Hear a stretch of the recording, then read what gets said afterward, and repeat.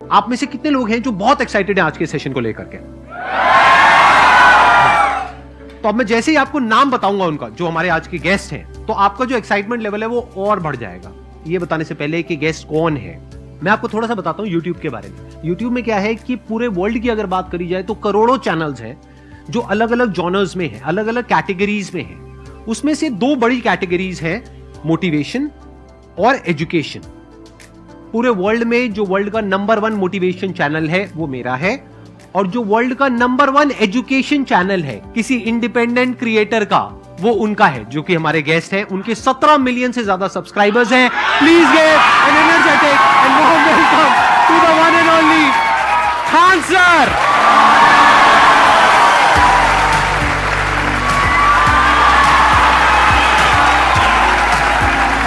क्या हाल चाल जी, कैसे हैं आप?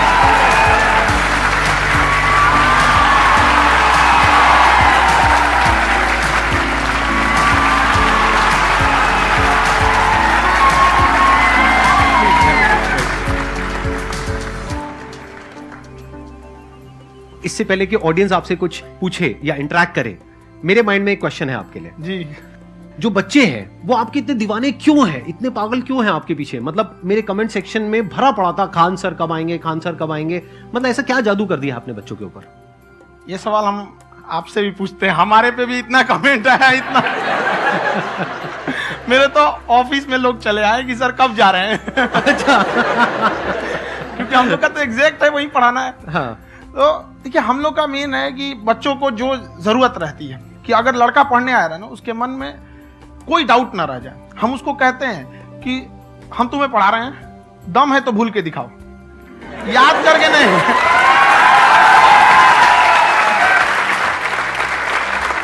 प्लस आप जिस प्राइस पॉइंट पे पढ़ा रहे हैं, आई थिंक वो सबसे कम है, वो बहुत ही कम है। सर ये जो फीस का कल्चर है, ये हमारा इंडियन कल्चर नहीं है। हमारा इंडियन कल्चर गुरु दक्षिणा है, उस हिसाब से वो सही है। ऑक्सीजन जैसे जिंदगी के लिए जरूरी है, वैसे एजुकेशन जरूरी है। वो ये नहीं कह सकता है कि पैसे की वजह से वो खान सर के यहां से लौट गया। क्या बात है।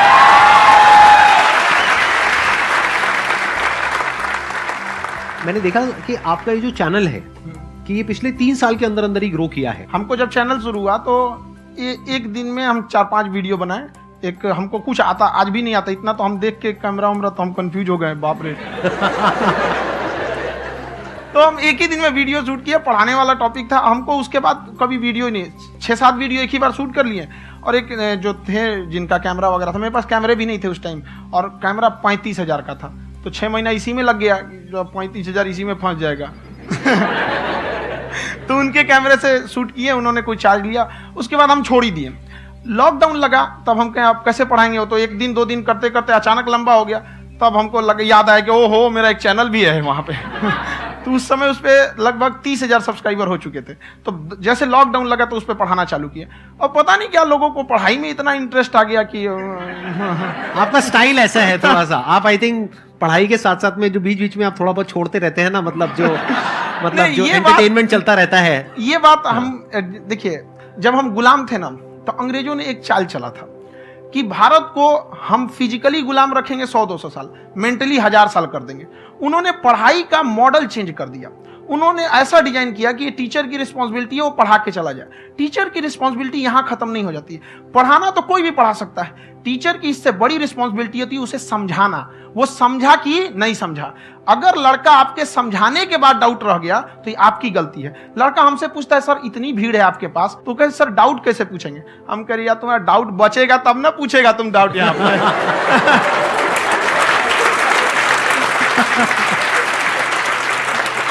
कॉन्फिडेंस नेक्स्ट लेवल है खान सर का, मानना पड़ेगा। और शायद यही वजह है इनकी जो ग्रोथ है उसका।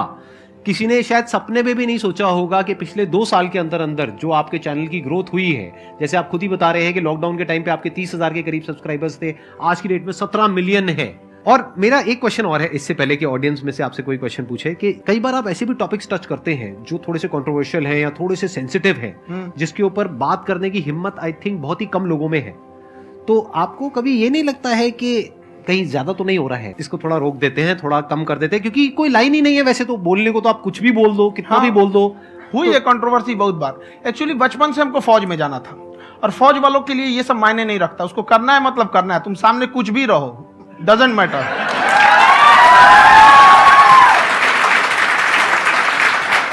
और मैंने YouTube पे देखा कुछ वीडियोस में कि आपका जो इंस्टीट्यूट है वहां पर आज से कुछ साल पहले कुछ बम गिरे थे। हाँ, कुछ गिरे थे, कुछ तो बहुत सॉलिड जगह गिरा था, फटा नहीं वो। मतलब आपके आसपास? हाँ, बम को भी पता है कि टीचर की इज्जत किया जाता है। क्या बात है, क्या बात है।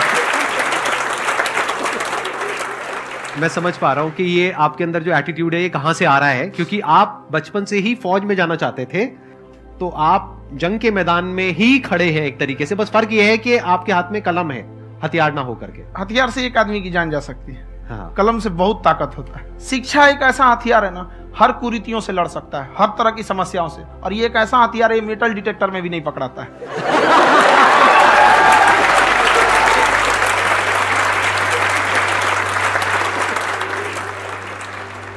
मेरा क्वेश्चन ये है कि अभी प्राइवेट ऑर्गेनाइजेशंस में पीटने का, पनिशमेंट का ये सिस्टम जो है खत्म हो गया है।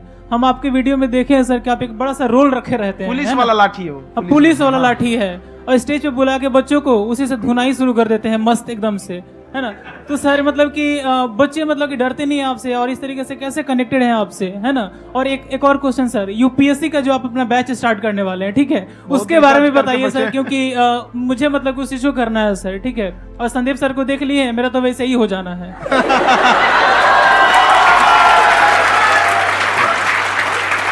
क्या हो जाना है? मेरा पूरा कंप्लीट करो। I'll be an IAS officer next year because I have seen you, sir. My day is like complete, sir. All the best. Thank you so much, sir. Thank you. पूरा बोला करो। Thank you. देखिए, लड़कों को जहां तक पीटने की बात है, जब पढ़ाने की बात आएगी तो उसको हम पूरे बेहतरीन ढंग से पढ़ाएंगे।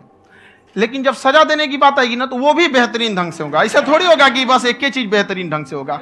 और डर का होना बहुत जरूरी है। ये डर भी अपने आप में एक मोटिवेशन है, क्योंकि जब आपके अंदर एक थोड़ा सा डर रहे ना, तो डर के भागिए मत। एक ऐसा डर जिसको आप लगे कि नहीं नहीं थोड़ा सा और करने की जरूरत है, फिर तो ये हम इसको क्रॉस कर जाएंगे आप।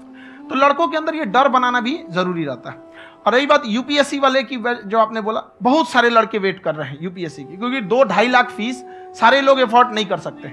और हमारा वही रहता है, हम तो ज्यादातर हमारे स्टूडेंट देखेंगे तो किसी के रिक्शा वाला, सब्जी वाला, यही लोग, इनको तो 2.5 लाख रुपया, इनके पास पूरी संपत्ति नहीं होती है, फीस कहाँ से भरेंगे वहां पे, उसके बाद रहेंगे कहाँ से। तो ऑल ओवर इंडिया से, कश्मीर से कन्याकुमारी तक, गरीब से गरीब भी लड़का उसको पढ़ सकता है।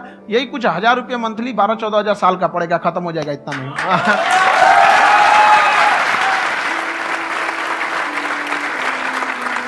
ये जो डंडे वाली बात इन्होंने कही, ये सच है? मतलब आप सच में एक डंडा रखते हो? पुलिस का ही है वो। और मारते हो?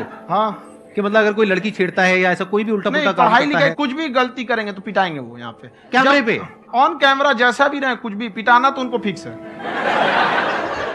एक तो कोई मतलब विधायक जी थे, उनके लड़का को पीट दिए, तो चला दल बल लेके अपना वहां पे। उसने घर पे नहीं बताया था कि सर ने पीटा है, बस बोल दिया कोचिंग में पीटा है। बाद में पता चला हम पीटे हैं, तो उसके पिताजी मेरे सामने और पीटे।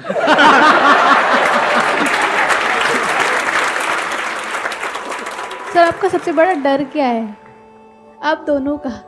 फौजी को डरे नहीं लगता है।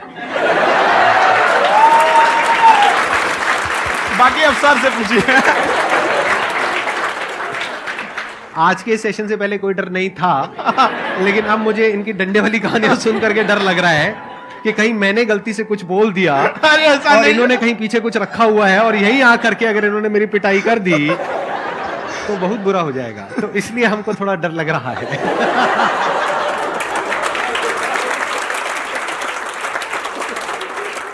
आपकी डेली कितने घंटे क्लासेस होती है? 6-7 घंटे। अभी भी खुद ही करते हो आप? हाँ, खुद ही हमारे classes स्टाफ करते हो? परेशान रहते हैं। हम 1:30-2 बजे सोते हैं, सुबह 6 बजे उठ जाते हैं, परेशान रहते हैं। यार इतना क्यों करते हो, है ना? कभी तो उनको भी साथ साथ लगना पड़ता है ना? उनको साथ साथ लगना पड़ता है। हम जग गए तो कोई सोया थोड़ी रहेगा, परेशान रहते, दिन में सोते ही नहीं है बेचारा, कहीं कहीं जाके सोते रहता है। हम सीट बांध दिए कि भाई तुम इस समय सो जाना, तुम इधर सो जाना। आपकी शादी हो गई है नहीं हुई है अभी? मेरी खुशहाली देख के आप आइडिया लगा सकते हैं।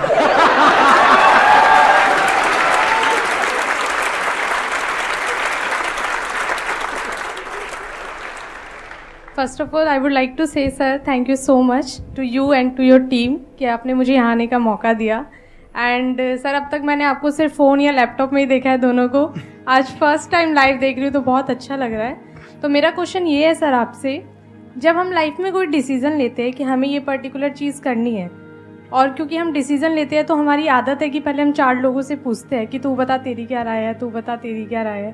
तो उनमें से अगर कोई हमें कह देता है कि ये बेकार डिसीजन है मत कर, तो हमारा माइंड कहीं ना कहीं डाइवर्ट होने लगता है और उसकी वजह से हम अपना डिसीजन चेंज कर देते हैं। तो मेरा क्वेश्चन ये है कि कैसे हम अपने डिसीजन पे स्टिक रहे, कैसे हम जो दूसरे के ओपिनियन है उनको अफेक्ट ना होने दें अपने ऊपर। दूसरे से सलाह लेने से पहले एक बार खुद उस पर रिसर्च कर लेना चाहिए, ताकि आप सामने वाला क्या सलाह दे रहा है आपको समझ में आना चाहिए। यहाँ पर ऐसा नहीं है कि कई बार ऐसे होते हैं कि दूसरे वाले को एक्सपीरियंस होता है, तो अगर आपको पहले से आइडिया है, उसके बारे में आप बेहतरीन ढंग से रिसर्च किए हैं कि क्या इसमें प्लस पॉइंट है, क्या निगेटिव है, उसके बाद आप किसी से सलाह लेने जाइए। ये नहीं कि मन में आया सीधा बता, गड़बड़ा जाएगा। तो वहाँ पे पहले आपको R&D करना पड़ता है, समझ में आया कि नहीं। और जिंदगी हो या गाड़ी, जीतेगा वही जो टाइम पे गियर चेंज कर रहा है। तो डिसीजन चेंज करना बहुत ज्यादा गलत नहीं है।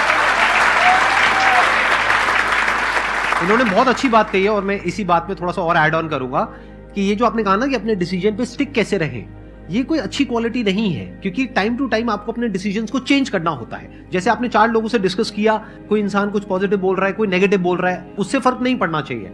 डिपेंड ये करता है कि वो जो बोल रहा है उसका बेसिस क्या है।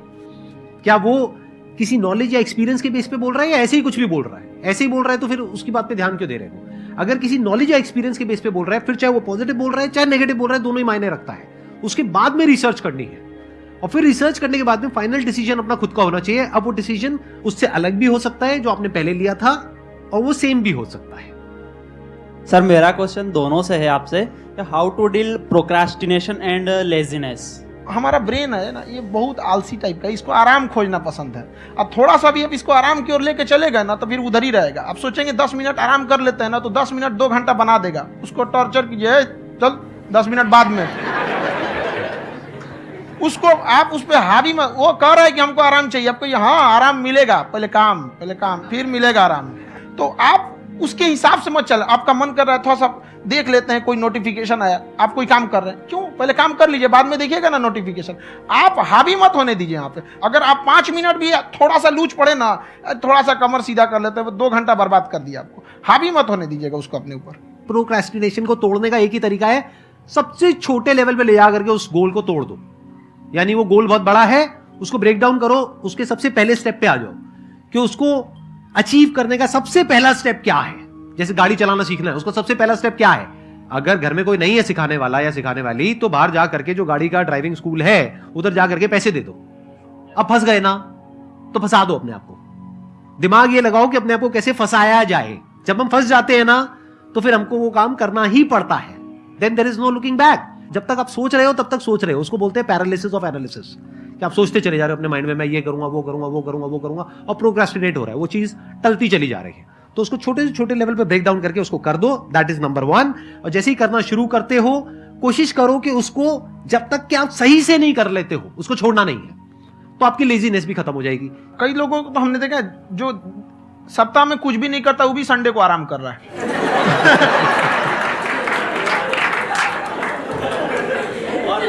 वैसे कहा भी जाता है कि अगर कोई काम आपको करवाना है ना तो ऐसे किसी इंसान को दो जो बिजी है, हाँ। ऐसे आदमी को मत दो जो खाली है। ये परफेक्ट एग्जाम।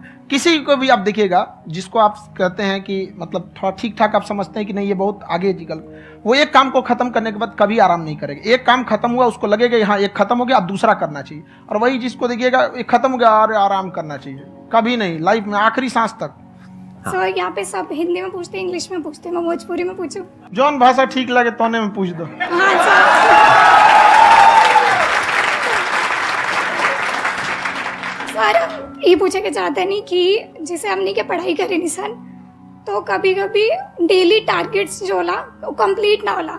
अगर टारगेट्स कंप्लीट भी होला तो फिर ऐसा इरिटेशन या फिर वो एंजाइटी या फिर कि और करना है या फिर अभी नहीं हुआ, वो चीज हमेशा रहेला। तो वो कम कैसे करल जाए? देखिए टारगेट्स को ना हम लोग को एक अपने हिसाब से पहले फिट करना चाहिए। ऐसा नहीं कि दूसरे किसी इंसान को देख के हम टारगेट फिट कर ले। कोई लड़का 8 घंटा पढ़ रहा है, कोई पहली बार अभी पढ़ना ही चालू किया, उसको देख के 8 घंटा पढ़ेगा तो पढ़ाई छोड़ देगा। तो आप अपनी क्षमता के हिसाब से देखिए कि आप कितना पढ़ सकते हैं। अगर आपने एक घंटे को बना लिया कि हम 1 घंटा पढ़ सकते हैं, अगले 1 हफ्ते तक उसको सस्टेन रखिए। जिम में कैसे करते हैं लोग, पहले दिन उठा लीजिएगा 1 कुंटल तो हार्ट अटैक हो जाएगा। तो वो धीरे धीरे टारगेट सेट कीजिए और अपनी क्षमता को भी देखिए। हर इंसान की क्षमता अलग है। कंगारू को देख के हाथी छलांग मारेगा, पैर तोड़ के बैठ जाएगा।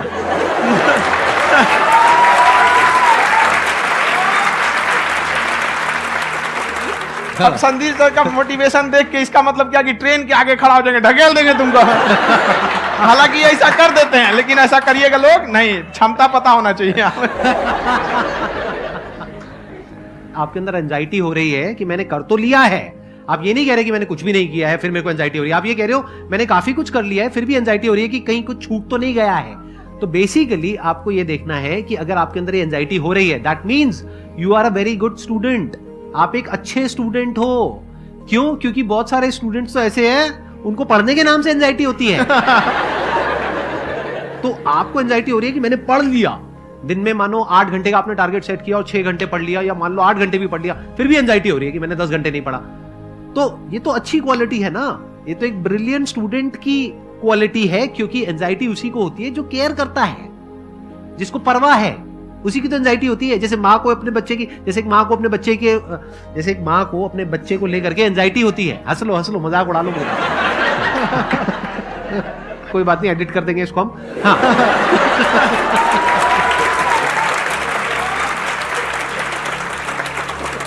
जैसे एक माँ है, उसको अपने बच्चे को लेकर के एंजाइटी होती है, थोड़ी सी भी तबीयत खराब हो जाए उसको एंजाइटी होती है, चाहे बच्चा ठीक भी है, डॉक्टर को नहीं होती है। क्यों? क्योंकि माँ को उस बच्चे से प्यार है। तो दैट मीन्स कि आप अपनी पढ़ाई को लेकर के सीरियस हो, इस वजह से आपके अंदर एंजाइटी हो रही है, विच इज नॉर्मल। जहां पर प्यार मोहब्बत होती है वहां पर थोड़ी बहुत एंजाइटी तो होती ही है ना। समझ रहे हो ना मैं क्या कहना चाह रहा हूं? आप लोग समझ रहे हो ना मैं कहां जा रहा हूं? जब वो किसी और से बात करती है तो एंजाइटी होती है ना।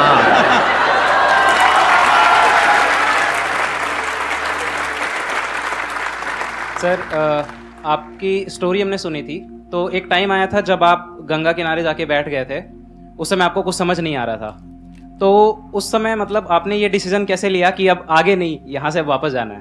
रास्ता ही नहीं था। घर जाने के लिए एटलीस्ट 90 रुपए चाहिए थे, जेब में 40 रुपए थे, कैसे घर जाते हैं? और हम गंगा के किनारे चुपचाप बैठे बैठे हम कहें कि अब बहुत टेंशन हो गया, अब घर जाना चाहिए। रूम पे तो किराए के रूम पे ही आदमी सारे लोग रहते, गए वहां पे तो रूम लॉक हो गया था। तुम खटखटाए तो ऊपर से गुस्सा से बोले जो ऑनर थे, क्या टाइम हो गया है? तुम कहीं 9-10 बज रहा होगा, घड़ी देखिए तो 2 बज रहा था रात का, 2-2:30 बज गया था वहाँ। टेंशन में आप तो होता है, कई बार ऐसा समय आएगा कि लगेगा जैसे अब कुछ नहीं हो सकता है, तो इससे घबराना नहीं है। कभी कभी गुच्छे की आखिरी चाबी भी ताला खोल देती है। जो बातें आपने बताई कि घर में प्रॉब्लम्स ये तो बहुत लोगों ने फेस करी वहां पर, आप अकेले नहीं है, बहुत लोगों ने ये प्रॉब्लम्स फेस करी, बहुत तरह की प्रॉब्लम्स देखी, बहुत तरह की स्ट्रगल्स देखी, लेकिन वो सब इतने कामयाब नहीं हो पाए जितने कि आप हुए। तो आपके अंदर ऐसा कुछ ना कुछ है जो औरों के अंदर नहीं है, तो वो मैं जानना चाह रहा हूं कि वो ऐसा क्या था जहां से कि आपका दिमाग यहां तक सोच पा रहा है कि मैं पूरे इंडिया में इतने बड़े लेवल का चेंज लेकर के आ सकता हूं, एजुकेशन फील्ड में रेवोल्यूशन लेकर के आ सकता हूं। ये सोचना ही बहुत लोगों के बस का नहीं है। मेरी एक खुद की थिंकिंग, अगर हमको कोई 100 रुपए किसी काम के लिए दिया, हम सबसे यही कहते हैं, तो हम कोशिश करते हैं उसे 200 का रिटर्न दे। अगर कोई हमसे 200 रुपया फीस दे रहा है, 250 दे रहा है, तो हम उसको ये कोशिश करते हैं कि तुम्हें ऐसा लगे कि नहीं भैया हमने 10-20 हजार का पढ़ लिया यहाँ पर, वो ईमानदारी से कभी कमी नहीं। और हमेशा अगर हम प्रॉमिस X का करते हैं तो डिलीवर 4X करना चाहते हैं। ध्यान से सुनना और ध्यान से समझना इस फर्क को, अगर आप समझ पाए तो बहुत आगे जाओगे लाइफ में। एक वो होते हैं जो ये सोचते हैं कि हमें सब कुछ मिल जाए, हमें कुछ भी करना ना पड़े। दूसरी कैटेगरी होती है लोगों की जिनको जितना मिलता है उसमें भी चोरी चकारी करते हैं या कोशिश करते हैं कि उससे कम दे सामने वाले को जितना कि हमें मिल रहा है। तीसरी कैटेगरी होती है लोगों की जो इनके जैसे लोग होते हैं, वो क्या करते हैं, वो ये सोचते हैं कि अगर मैंने किसी से 1 रुपए भी लिया, देखा जाए तो 200-250 रुपए कुछ भी नहीं होता है, 200-250 रुपए अगर मैंने लिया तो कैसे उसको 400 रुपए की वैल्यू दूं। ये जो थिंकिंग है ना, यही एक फर्क होता है एक ऐसे इंसान में जो बहुत आगे निकल जाता है और उस इंसान में जो मीडियोकर रह जाता है। आप अपने आप को अपने आप के ऊपर समय दीजिए, उसको डेवलप कीजिए। जब आप अपने आप के ऊपर खर्च करते हैं तो आने वाले समय में लोग गूगल पे आपको सर्च करते हैं। क्या बात है सर, ये आपने अभी बनाया है या ये कोई पुराना आपका वो है? बनते रहता है, इसे फ्लो में बन जाता है। आपके अंदर ना सर एक कवि छुपा हुआ है कहीं ना कहीं जो बाहर आना चाहता है। कभी ना कभी आपने सोचा होगा कुछ? कभी कभी देखिए, एक चीज है, संगत का बहुत अच्छा असर पड़ता है। ये चीज को हमेशा, संगति का मतलब लोग हल्के में ले लेते हैं। संगति का मतलब होता है संग संग गति। तो अच्छे लोग के साथ रहेंगे तो संग संग अच्छी गति होती जाएगी, खराब में रहेंगे तो ये भी होता है। बट अपने आप को थोड़ा सोचना चाहिए कि हम केवल जी के मर जाएं इसके लिए नहीं आए हैं। लोग कहते हैं कि सर नाम क्यों नहीं बताते अपना। हमारी एक ही सोच है कि जाने के बाद इस दुनिया से हमको मतलब एक चीज देना चाहते हैं स्टूडेंट्स को, कि वो याद करें कि इस पैसे की भाग दौड़ की दुनिया में हर कोई दोनों हाथ से लूटने में लगा है, खाली हाथ जाने के लिए ये सबको लगा है। तो हर कोई को ये सोचना चाहिए कि था कोई इंसान जो इतने कम फीस में इतनी शिक्षा जो महंगी थी, जो कमाने का रास्ता था, उसको भी एकदम कंपटीशन इतना कर दिया कि अब लोगों को अपनी फीस बढ़ाने में डर लगता है कि अरे यार, लड़का कमेंट करता है कि खान सर इतना ले रहे हैं, आप बहुत बड़ा टीचर हो गए।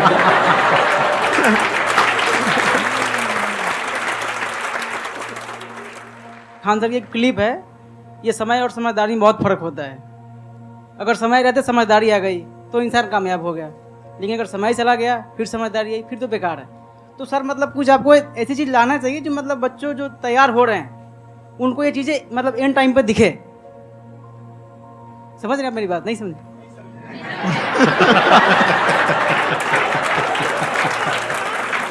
यही होता है सर, सर का मोटिवेशन ज्यादा हो जाता है। जब आप स्ट्रगलिंग फेज में हैं तो कम से कम चीजों को अपने ऊपर खर्च कीजिए, ज्यादा से ज्यादा सीखने में खर्च कीजिए। अगर आपको राजा बनने का शौक है तो गुलाम की तरह मेहनत करना सीखिए, तब राजा बनेंगे।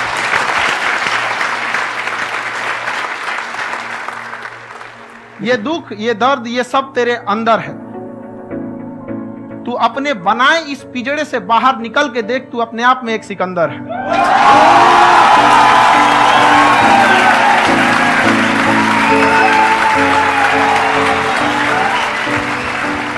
Thank you so much sir for coming. बहुत मजा आया मेरे को आपके साथ में इंटरेक्ट करके। आई एम श्योर आप लोगों को भी बहुत मजा आया होगा।